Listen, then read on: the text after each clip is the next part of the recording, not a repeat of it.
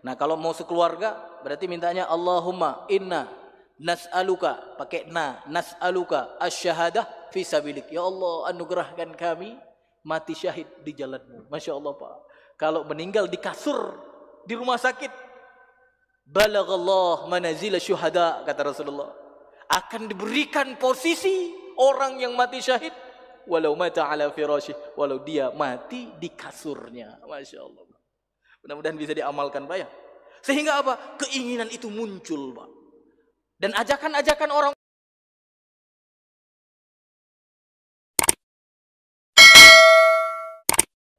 Taib, Bapak Ibu dirahmati Allah, agar kita tidak terjerumus di dalam kerusuhan itu, cinta dunia dan kemudian takut akan mati. Apa yang harus kita lakukan? Ya, saya ingin menyampaikan salah satu firman Allah. Mudah-mudahan ini menjadi obat untuk apa Pak? Untuk orang-orang yang mungkin sudah merasakan takut akan kematian dan terlalu cinta dia sama dunia. Ya, ada sedikit-sedikit sudah terjangkit. Maka mudah-mudahan ayat ini bisa menjadi apa Pak? Bisa menjadi penawar. Sekaligus apa? Bisa menjadi semangat untuk kita yang menggapai visi kita, yaitu kebahagiaan nanti di hari akhirat. Coba nanti Bapak Ibu yang dirahmati Allah buka firman Allah di dalam surat Al-Maidah ayat 54. Ya, coba buka surat Al-Maidah ayat 54. Di situ Allah Subhanahu wa taala berfirman, ya ayyuhalladzina amanu, wahai orang-orang yang beriman. Berarti kita semua kan Pak ya? Dipanggil wahai orang-orang yang beriman, kita semua. Tidak dipanggil ya ayuhan nas. Ya, kalau ya ayuhan nas berarti wahai manusia-manusia. Ini khusus wahai orang-orang yang beriman. Ya ayyuhalladzina amanu may yartadda minkum an dinihi fasawfa ya'tillahu biqaumin yuhibbuhum wa yuhibbunahu. Allah Subhanahu wa taala berfirman, wahai orang-orang yang beriman, barang siapa di antara kalian yartadda minkum, kembali kepada kesesatannya. Ya, kalau istilahnya orang yang kembali kepada kesesatan itu istilahnya adalah orang yang murtad.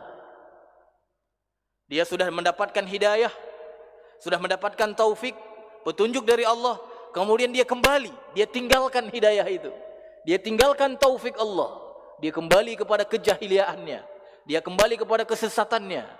Maka kata Allah, wahai orang-orang yang beriman, man yartadda minkum, barang siapa yang kalian kembali itu, kembali kepada apa? Kepada kesesatan itu, setelah tentunya diberi petunjuk oleh Allah. Karena seperti para sahabat Pak, Abu Bakar misalnya, Umar, Utsman, ya, itu awalnya kan mereka apa Pak? Mereka kan musyrik Pak. Ya, sebelum Rasulullah SAW diutus, sebelum Rasulullah SAW mendakwahkan mereka itu adalah jahiliyah. Mereka itu adalah orang-orang yang bodoh, orang-orang yang tidak mengenal Allah, tidak mentauhidkan Allah. Tapi kemudian setelah Rasulullah mendakwahkan mereka, satu persatu kemudian mereka menerima hidayah itu. Satu persatu kemudian mereka menerima syariat Allah, syariat Islam. Mungkin sama seperti kita Pak. Dulu mungkin di antara kita ada yang benci dengan syariat Allah. Kan begitu Pak ya? Ada yang enggak mau sholat subuh berjamaah, maunya sholat sendiri saja. Kan gitu. Hari ini telah diberikan petunjuk oleh Allah kepada kita. Tapi bedanya kalau mereka dulu memang musyrik. Para sahabat dulu, Abu Bakar, Umar, mereka ya tidak seperti kita, lahir dalam keadaan muslim. Ya, mungkin kita bisa dikatakan ya pelaku maksiat lah begitu ya. Tapi mereka memang bukan ahli tauhid, bukan orang yang mentauhidkan Allah. Dan kemudian datang Rasulullah mendakwahkan mereka, mereka menjadi orang yang bertauhid, menjadi orang yang beriman.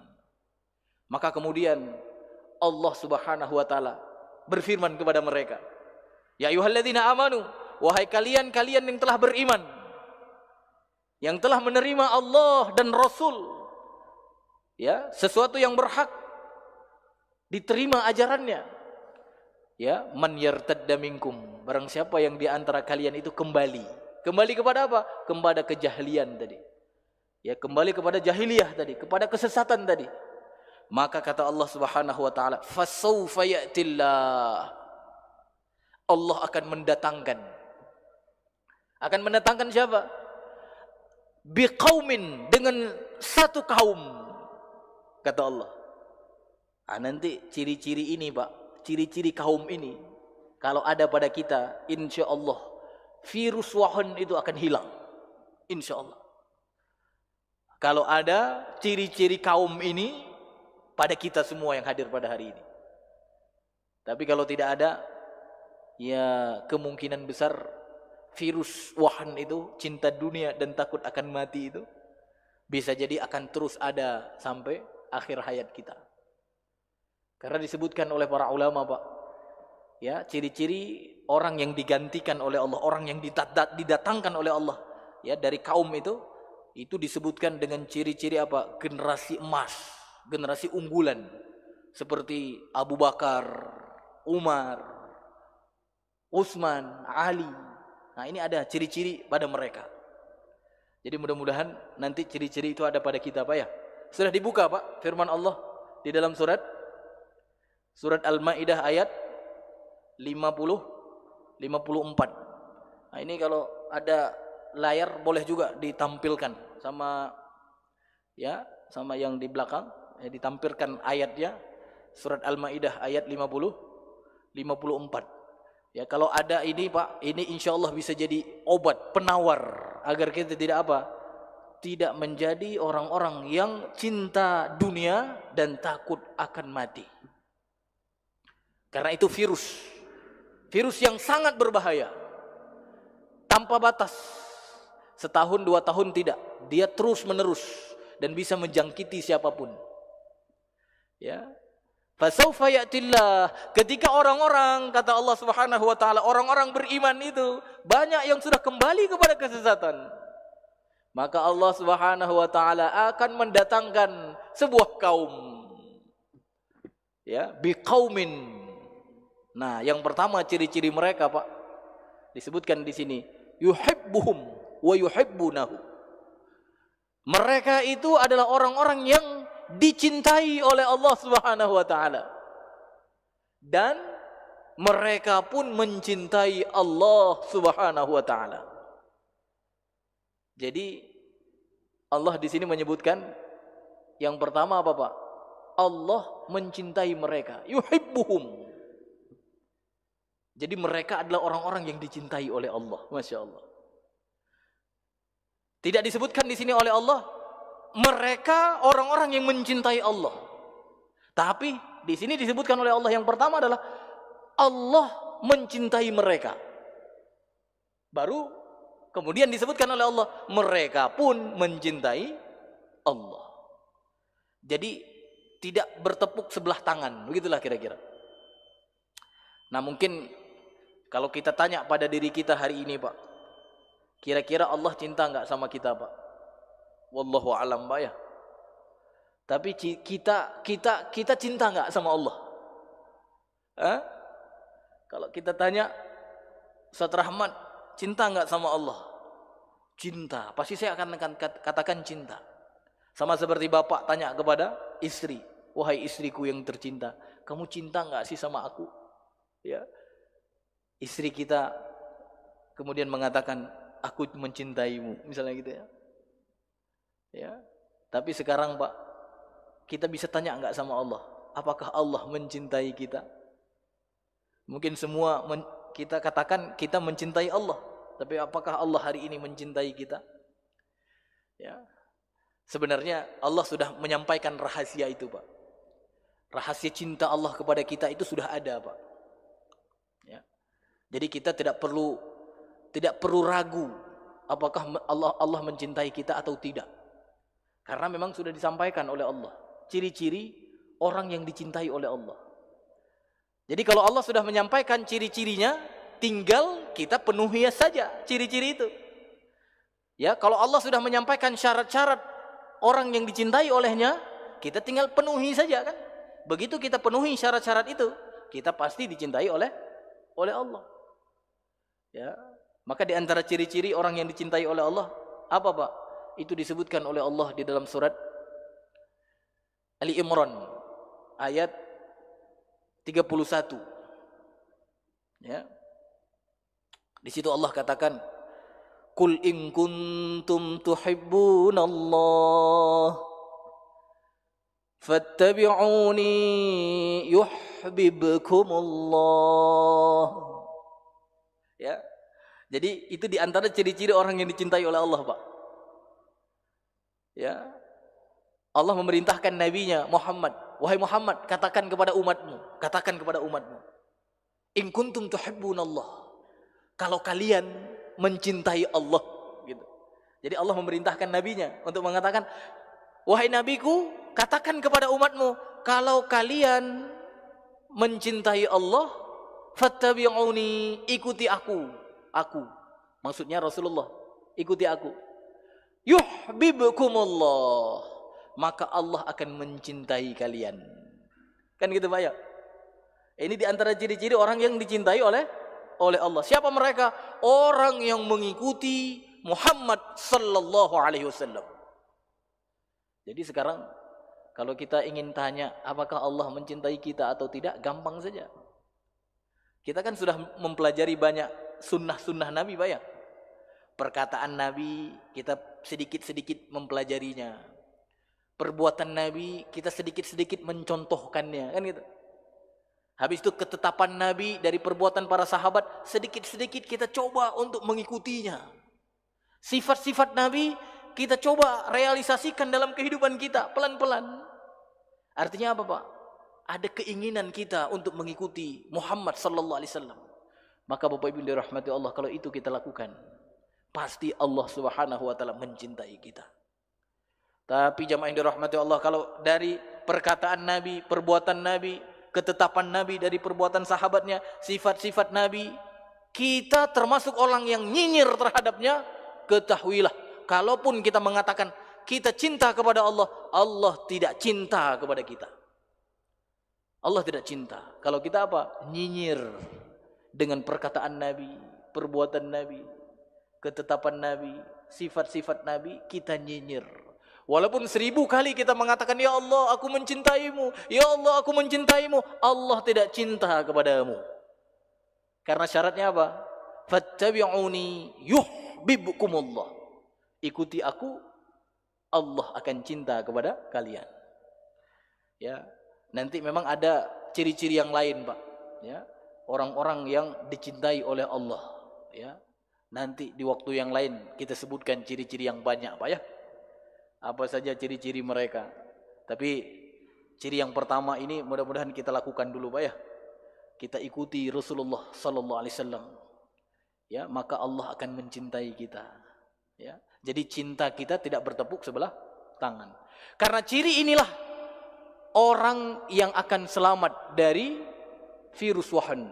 Mereka itu mencintai Allah dan Allah mencintai mereka. Yang kedua, Bapak Ibu dirahmati Allah, apa ciri-ciri orang yang insya Allah selamat dari virus wahan? Atau orang-orang yang sudah cinta dunia dan takut akan mati, sudah muncul di dalam hatinya, ya, dengan ada sifat-sifat ini insya Allah akan hilang pelan-pelan. Apa yang kedua itu, Pak? Disebutkan oleh Allah Subhanahu wa taala, mereka itu adalah orang-orang yang adzillatin 'alal mu'minin, a'izzatin 'alal kafirin. Mereka itu orang-orang yang lemah lembut, rahmah kepada siapa? Kepada orang-orang yang beriman. Jadi mereka itu, kalau kata Ibnu Abbas, ya, Ibnu Abbas mengatakan terhadap orang-orang yang beriman, lil mu'minin, ya, kal walid lil walad. Seperti seorang bapak atau seorang ibu kepada anaknya. Masya Allah. Itu terhadap orang yang beriman. Ini bisa ditanya, Pak ya, kepada diri kita. Apakah hari ini kita lebih sayang, lebih cinta, lebih prioritas orang-orang yang beriman, saudara kita, atau kita prioritas kepada musuh-musuh orang yang beriman, kafir? Ya. Jadi kalau ada, Pak, rasa cinta kita ternyata kepada kafir, kedekatan kita kepada kafir lebih dekat, ketahuilah itu cinta dunianya lebih besar daripada orang lain. Itu ibaratnya sudah kronis virus wahannya. Karena sifat generasi unggul itu disebutkan oleh Allah, kaum yang digantikan dari orang-orang yang sudah kembali kepada kesesatan. Mereka memiliki ciri-ciri yang kedua itu apa tadi? Azillatin 'alal mu'minin, a'izzatin 'alal kafirin.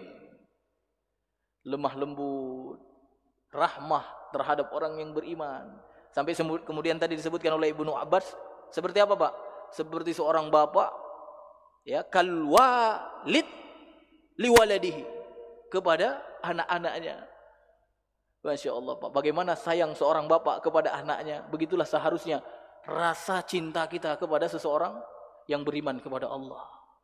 Dan kemudian apa? A'izzatin 'alal kafirin. Tegas dia, tegas terhadap orang-orang yang mengingkari Allah. 'Alal kafirin. Orang-orang yang menutupi dirinya dari kebenaran. Orang-orang kafir itulah yang tertutup. Mereka menutup dirinya dari kebenaran yang disampaikan oleh Allah. Turun Al-Quran, mereka tutup dirinya. Apa ini? Kafir. Turun peringatan, diingatkan dia bahwa yang menciptakan langit dan segala isinya, bumi dan segala isinya adalah Allah Subhanahu wa taala. Kita katakan kepada mereka, mereka kemudian membuat batas, menutup dirinya. Kafir. Makanya kalau bahasa Inggris namanya apa, Pak? Penutup itu kafir, kan gitu. Nah, ini ada hubungannya dengan kafir dalam bahasa Arab. Ya. Jadi Bapak Ibu dirahmati Allah, orang yang insya Allah selamat dari orang-orang yang mencintai dunia dan takut akan kematian, ketika dia memiliki sifat cinta, rahmah, azillah kepada orang-orang yang beriman dan tegas kepada orang-orang kafir, insya Allah dia akan selamat dari virus wahan itu, Pak. Tapi kalau hari ini kan kebalikan, Pak, ya. Sebagian kita yang cinta dunia itulah, yang takut mati itulah, kepada orang kafir diagung-agungkan, Pak. Kalau bisa ya dia saja yang jadi pemimpin. Kalau bisa dia aja yang mengurus negara, kan gitu. Bersih, tak korupsi, itkon, profesional, semua yang baik-baik dialamatkan kepada kafir itu. Kalau sudah muslim, tokoh muslim muncul, pikirannya macam-macam. Ini pasti tidak profesional, tidak itkon, ini kerjanya tidak bagus, ini koruptor, ini macam-macam pikirannya. Ketahuilah, Pak, kalau Bapak ada pikiran seperti itu, virus wahan sudah terjangkit. Jadi tidak lagi apa, Pak? Tidak lagi cintanya kepada orang yang beriman, tapi cintanya kepada kafir. Apa yang ketiga, Pak? Ciri-cirinya. Yujahiduna fi sabilillah. Mereka berjihad di jalan Allah. Ya. Yujahiduna fi sabilillah. Ini, Pak, kalau kita miliki sifat ini, Pak, insya Allah virus wahan itu tidak bertahan lama pada diri kita. Ya. Berjihad di jalan Allah. Ini kata jihad ini ya memang bagi sebagian orang agak alergi, Pak. Bagi sebagian orang. Tapi kalau kita yang hadir di masjid ini jangan alergi dengan kalimat itu, Pak. Karena kalimat jihad itu di dalam Al-Quran begitu banyak, di dalam hadis begitu banyak. Maka kalau kemudian kita alergi terhadap kalimat itu, berarti sama saja kita sudah menutup diri, mengingkari apa-apa yang ditulis oleh Allah, disampaikan oleh Allah, dan disampaikan oleh Rasulnya. Cuma yang perlu apa? Pemahaman yang benar. Itu saja, Pak, ya. Jangan sampai kita dibodohi ya oleh orang-orang yang memiliki kepentingan yang salah untuk kemudian memanfaatkan kita dengan semangat jihad kita. Ya.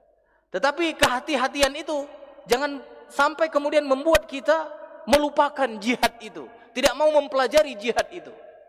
Bahkan disebutkan oleh Allah, orang-orang yang digantikan dari orang-orang yang kembali kepada kesesatan itu, mereka adalah orang-orang yang berjihad di jalan Allah. Ya. Kalau saya tanya, Pak, hari ini kita yang hadir di sini ada nggak keinginan berjihad, Pak? Keinginan berperang di jalan Allah.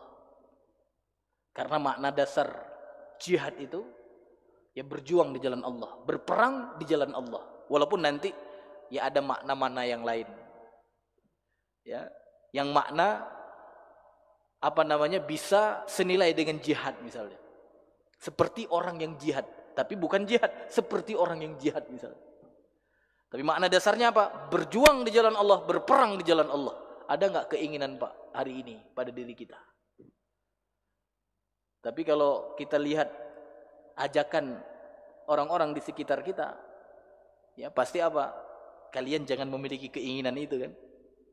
Keinginan berperang, perang itu serem, perang itu ya membuat kerusakan, perang itu ini, perang itu. Ya. Tapi Bapak Ibu dirahmati Allah, umat Islam itu harus mengetahui ada perang suci namanya. Perang menegakkan kalimat Allah. Itu bukan membuat kehancuran, bukan, tapi apa?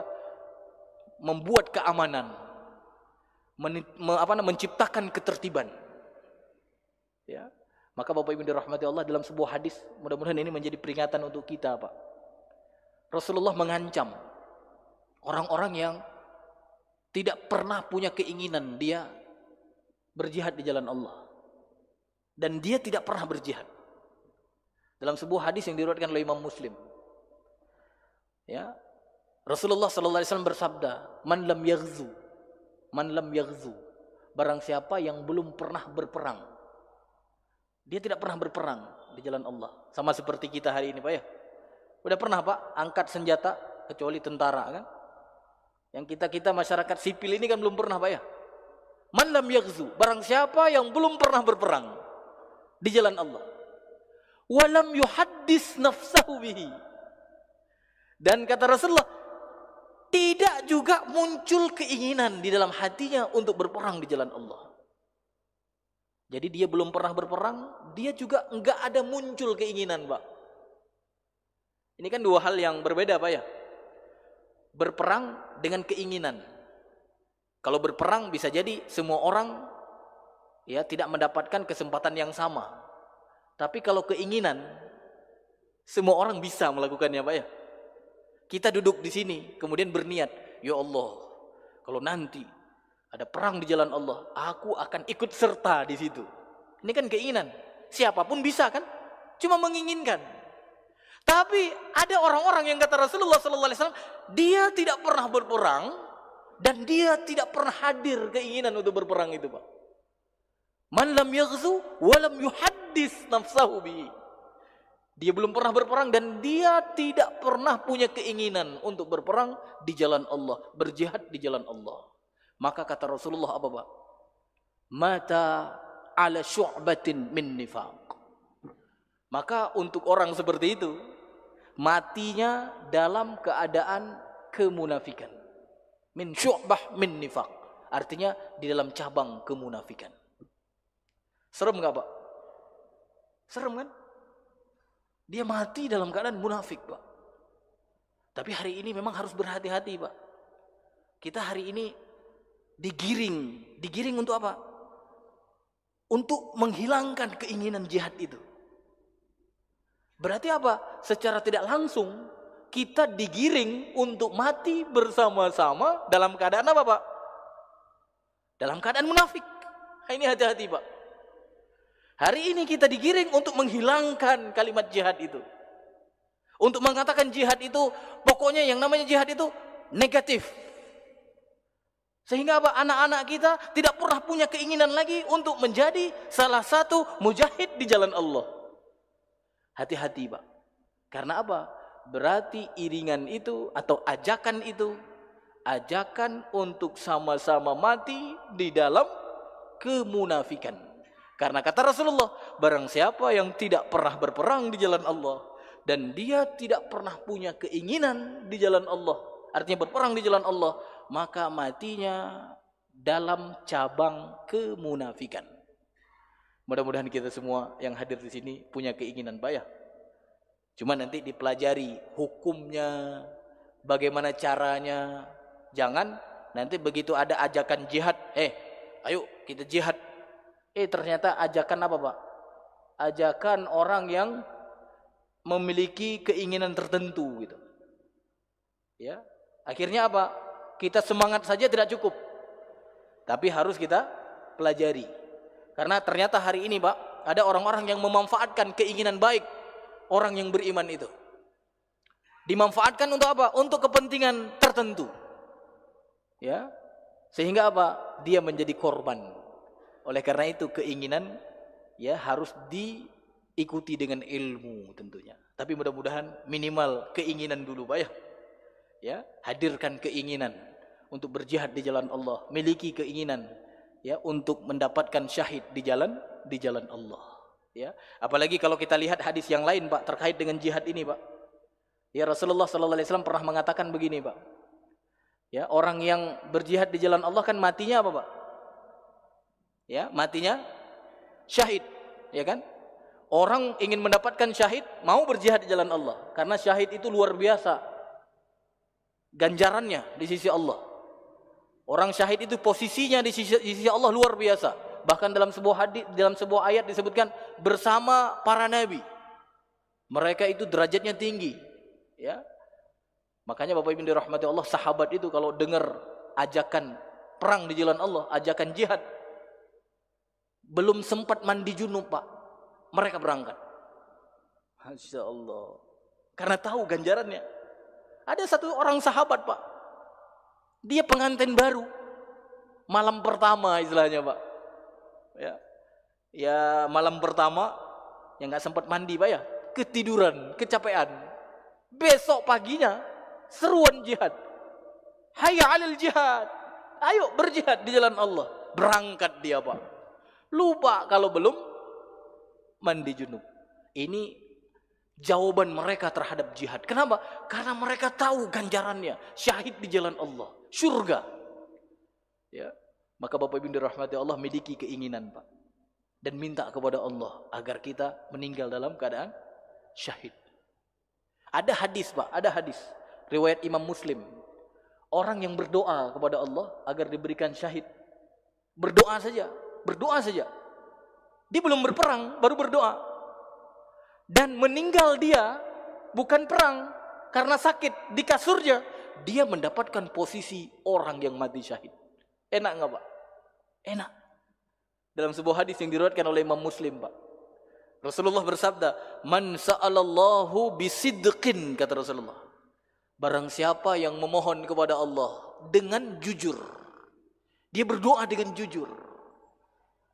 Apa yang dia minta? Asy-syahadah. Dia minta diberikan syahid di jalan Allah. Dia berdoa, "Ya Allah, Allahumma rzuqni asy-syahadah fi sabilik." Dia jujur, dia minta kepada Allah. Karena benar-benar dia tahu posisi orang yang mati syahid itu begitu mulia. Dia minta, "Ya Allah, urzuqni asy-syahadah fi sabilik." Berikan kepadaku. Kepadaku apa? Syahid di jalanmu. Dia minta terus dengan jujur. Apa kata Rasulullah? Balaghallah manazil asy-syuhada walau mata ala firasyi. Allah Subhanahu wa taala akan memberikan dia posisi orang yang mati syahid walaupun dia meninggal di kasurnya, Pak. Masya Allah. Ya.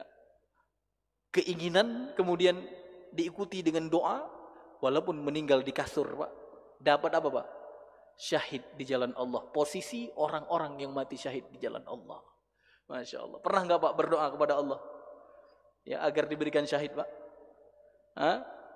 Ya mudah-mudahan kita semua termasuk Pak ya, biar kita termasuk orang-orang yang diberikan posisi mati syahid di jalan Allah. Ya, siap Pak berdoa. Ya, di antara doanya itu sudah dipraktekkan Pak oleh khalifah yang kedua, Umar bin Khattab. Beliau sesuai dengan cerita anaknya berdoa kepada Allah, Allahumma rzuqni asy-syahadah fi sabilik.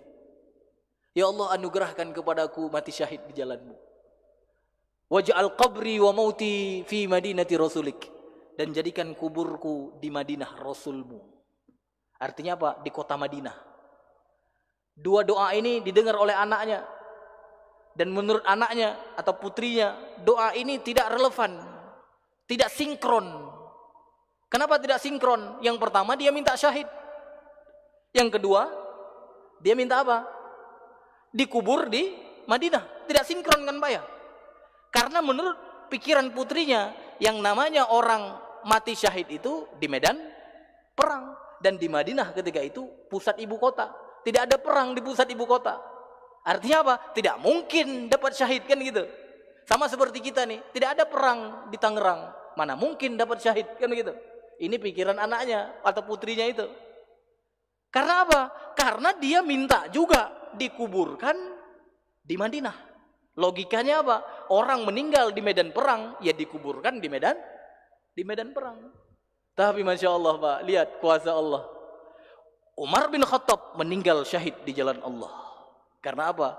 Ditusuk oleh Abu Lu'lu al-Majusi saat beliau memimpin solat.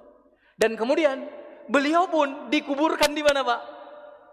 Beliau dikuburkan di samping makamnya Rasulullah sallallahu alaihi wasallam atau kuburannya Rasulullah sallallahu alaihi wasallam. Bersama di situ juga ada Abu Bakar As-Siddiq. Dua doanya diijabah enggak Pak? Diijabah. Syahid dikuburkan di Madinah Al-Munawwarah. Tidak masuk akal? Tidak. Tapi kuasa Allah bisa Pak. Makanya Bapak Ibu dirahmati Allah sering minta kepada Allah, Allahumma rzuqni asyhada fi sabilik. Ya Allah, anugerahkan kepada aku, berikan kepada aku syahid di jalanmu. Minta kepada Allah, hadirkan keinginan. Kalaupun belum diumumkan perang di jalan Allah Pak, kita sudah punya keinginan dan kita sudah pernah meminta kepada Allah. Maka insya Allah kita tidak termasuk orang yang mati dalam cabang kemunafikan. Dan nanti kita akan diberikan posisi orang-orang yang mati syahid di jalan Allah. Masya Allah Pak ya. Yuk kita doa sama-sama ya. Ya nanti di rumah masing-masing ya. Saya ajarin saja ya. Mudah-mudahan nanti Bapak bisa amalkan sehingga kita dapat posisi orang-orang yang mati syahid semua Pak ya. Allahumma inna nas'aluka asy-syahadah fi sabilik. Nah kalau di rumah nanti kan Bapak sendiri Pak ya. Berarti jangan pakai inna, pakai inni. Allahumma inni as'aluka asy-syahadah fi sabilik. Nah kalau mau sekeluarga berarti mintanya Allahumma inna nas'aluka, pakai nas'aluka asy-syahadah fi sabilik. Ya Allah, anugerahkan kami mati syahid di jalanmu. Masya Allah Pak. Kalau meninggal di kasur di rumah sakit, balaghallah manazil syuhada, kata Rasulullah, akan diberikan posisi orang yang mati syahid walau mata ala firasyih, walau dia mati di kasurnya. Masya Allah. Mudah-mudahan bisa diamalkan Pak ya. Sehingga apa? Keinginan itu muncul Pak. Dan ajakan-ajakan orang-orang tokoh-tokoh yang ingin menghilangkan jihad itu ya tidak akan mempengaruhi kita. Karena begitu terpengaruh kita dengan ajakan mereka, berarti sama saja kita siap meninggal dalam keadaan kemunafikan. Maka Bapak Ibu dirahmati Allah, mudah-mudahan kita memiliki keinginan dan kemudian kita minta kepada Allah selalu asy-syahadah sehingga nanti kita bersama orang-orang yang mati syahid di jalan Allah. Yang terakhir Pak ya, sebelum kita tutup ya. Jadi memang kalau duduk lama-lama di masjid itu ada bonusnya Pak. Ya, lama disebut-sebut oleh Allah kan pada makhluk yang ada di sekitarnya. Ya, lama mendapatkan ketenangan, lama mendapatkan rahmat, lama dinaungi oleh malaikat, Masya Allah. Ya, tapi kalau maunya sebentar saja Pak, berarti sebentar disebut, sebentar dinaungi, sebentar diberi kenyamanan, sebentar diberi rahmat. Yang terakhir Pak, kaum yang digantikan oleh Allah dari mereka yang kembali kepada kesesatan itu. Atau dengan istilah orang murtad tadi. Mereka itu la yakhafuna laumata laim. La yakhafu laumata laim. Mereka tidak takut, tidak khawatir, tidak peduli ya kepada orang-orang yang mengkritiknya, yang nyinyir terhadapnya. Mereka tidak takut Pak. Masya Allah. Tapi kalau takut Pak, berarti ada virus wahan. Baru dikomentar sedikit, sudah hilang girohnya. Ya. Tapi kalau mereka ini Pak, yang gak ada cinta dunia dan tidak takut mati, mau ditahan dia, dipenjara dia, la yakhaf, tidak takut. Nah ini perlu ditanamkan Pak pada kita orang-orang yang beriman pada hari ini. Karena kalau saya lihat kita hari ini sudah banyak ketakutan-ketakutan. Sehingga kita tidak lagi berani menerapkan yang hak itu hak. Dan tidak berani mengatakan yang batil itu batil. Bahkan kita biarkan ada pejuang-pejuang, kita biarkan ada saudara-saudara kita yang hari ini mereka sudah ditahan, mereka dipenjara, kita biarkan, kita kemudian mau hidup enak saja. Biarkan dia dipenjara, kita tidak peduli, karena yang penting aku bisa makan, yang penting aku bisa minum, bisa tidur nyenyak. Ketahuilah Pak, kalau ini menjadi sikap kita, ini virus wahan ini bisa terus membesar dalam jiwa kita. Maka mudah-mudahan kita semua diberikan ciri-ciri itu Pak ya. Kita tidak takut di dalam menegakkan kebenaran. La yakhafuna laumata laim. Apapun makar mereka. Kalau kita memang visi kita menegakkan syariat Allah. Visi kita adalah li'a'la kalimatillah, meninggikan kalimat Allah. Maka kita tidak boleh takut sama siapapun. Itu ciri-ciri yang keempatnya Pak. Jadi yang pertama apa Pak tadi? Orang yang digantikan oleh Allah dari orang-orang yang kembali kepada kesesatan itu. Yang pertama mereka dicintai oleh Allah dan mereka mencintai Allah. Yang kedua, mereka adalah orang-orang yang lemah lembut, kasih sayang yang sangat luar biasa kepada sesama orang-orang yang beriman, tegas terhadap orang-orang kafir. Yang ketiga, mereka adalah orang-orang yang berjihad di jalan Allah. Ya minimal tadi keinginannya minimal Pak. Ya jangan sampai jihad nggak pernah, keinginan pun tiada. Munafik. Yang keempat apa Pak? Tidak takut, tidak khawatir, tidak peduli terhadap orang-orang yang nyinyir, orang-orang yang menentang agama Allah, yang menebarkan ketakutan ketika kebenaran itu tercipta. Maka Bapak Ibu dirahmati Allah, kalau empat hal ini ada pada diri kita Pak, Allah mencintai kita dan kita mencintai Allah. Dan kemudian kita mencintai orang-orang yang beriman, seperti layaknya seorang bapak kepada anaknya. Dan kemudian tegas kita terhadap orang kafir. Dan kemudian yang ketiga, kita selalu berjihad di jalan Allah. Minimal tadi selalu memiliki keinginan dan berdoa kepada Allah agar diberikan syahid. Dan tidak takut terhadap orang-orang yang mencaci, mengkritik kebenaran itu. Maka insya Allah virus wahan akan enyah dari diri kita, akan hilang dari diri kita. Kita hidup di dunia seperti orang-orang yang mencintai Allah dan Rasulnya, mencari akhirat, mencari posisi-posisi yang terbaik nanti di hari akhirat kelak. Taib, ini yang dapat saya sampaikan. Mudah-mudahan Bapak Ibu dirahmati Allah, ini menjadi semangat kita untuk mencari akhirat, mencari posisi yang terbaik nanti di hari akhirat dengan apa yang telah diberikan oleh Allah kepada kita pada hari ini.